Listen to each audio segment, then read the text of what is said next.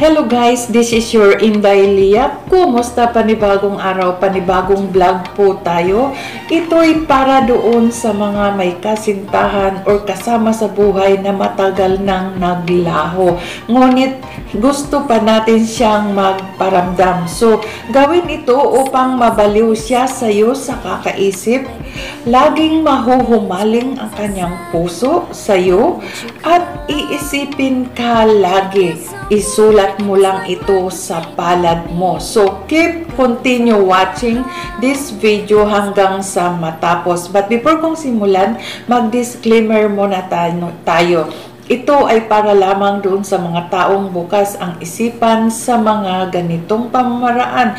Kung ayaw nyo ang videong ito, mag-exit po na lamang kayo. Sa mga ka-friendship ko naman dyan, kung ayaw nyo ang videong ito, wag na kayong manood at makinig. Marami kayong mapupuntahan. Di po ba? So, ito ang ating gagamitin. Tubig lang po sa garapon or baso, clear, and isang bulak lang po kung nakikita nyo ay nilubog ko na doon sa tubig. And gumamit kayo ng kandila, depende sa inyong panlasa kung anong kulay, puti man yan, green, blue, black, anything ay pwede po yan. So, ito na. Gagawin natin ito doon sa ating mga mahal sa buhay, karelasyon kasama sa buhay na naglaho na, ngunit nagdadalawang isip ka, ano ba naging kasalanan mo? So, gusto natin siyang bumalik sa atin. Ito ang inyong gawin. So, obviously, meron tayong panulat, ngunit wala tayong papel.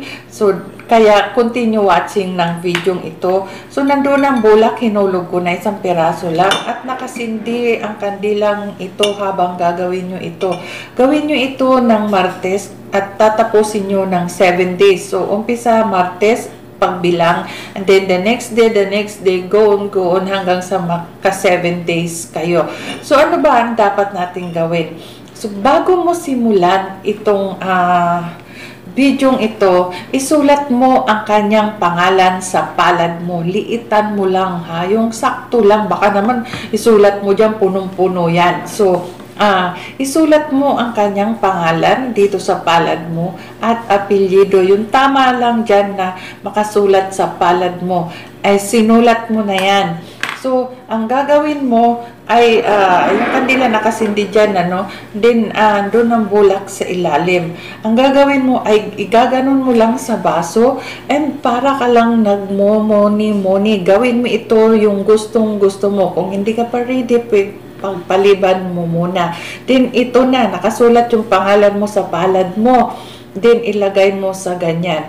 And then, magmuni-muni ka na, magdasal ka dahil nakikinig sa atin ang Panginoon. Puro positive lang po. Kung may mga negative kayong mga experiences, ay kalimutan nyo yun. Puro positive ang ating gagawin. At ito'y para sa ikabubuti ng inyong relasyon at mapasayo muli ang kanyang pag-ibig or ang kanyang puso. So, ayan, nagdasal ka. Pangalawa, ang gagawin mo ay humiling ka.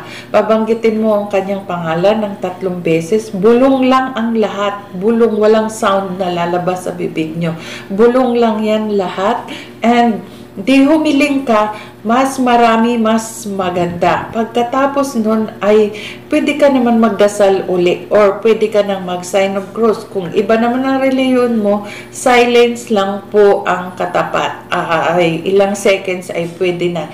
So pagkatapos nun ay kukunin mo yung bulak doon. Kaya sabi ko, wag masyadong puno, yung sakto lang ang tubig para pag kinuha mo yung bulak ay madali lang yan. Or pwede mong sundutin yun. And ipupunas, pigaan mo siya dito muna and ipupunas mo dito sa pangalan na sinulat mo. Pagkapunas mo dito, ilagay mo uli siya sa baso. Di natapos yung unang days mo na ginawa ito, patayin mo ang kandila, sindi ng kandila, at itabi mo lang ito. The next day, ay kukunin mo na lamang ito at ganun uli ang gagawin mo. So, sulatin mo yung pangalan mo niya dito, huwag kakalimutan. at nakaganon, magdasal at humiling, mag-sign of cross. Kung hindi naman Katoliko, silence lang po ang katapat.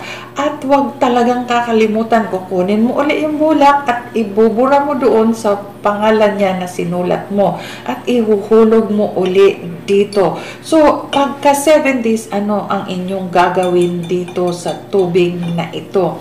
Alam nyo, pinakamaganda kung maibubuhos nyo ito sa paso, or sa pintuan.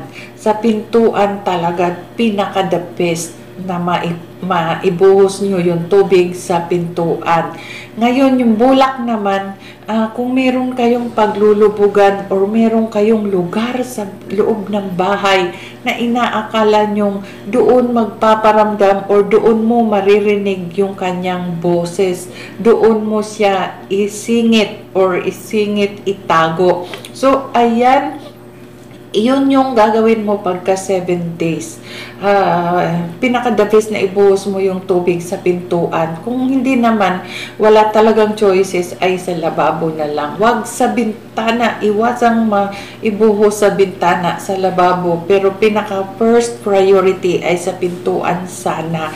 So, ayan, sana makatulong doon sa mga may karelasyon na naglaho na hindi na nagpaparamdam, lalo na doon sa may mga kasintahang apam. Ako, asawa ko ay apam. Yan. Sana makatulong sa inyo at makuha nyo muli ang kanyang atensyon at maging okay muli ang inyong relasyon. So, ayan. Maraming salamat. Sundan nyo lang ang video para talagang buo ang paggawa or tama ang inyong paggawa. Hangad ko ang kaligayahan ng bawat isa sa inyo. So, maraming salamat sa inyong pagsubaybay. This is your Inday Lia again. Mabuhay!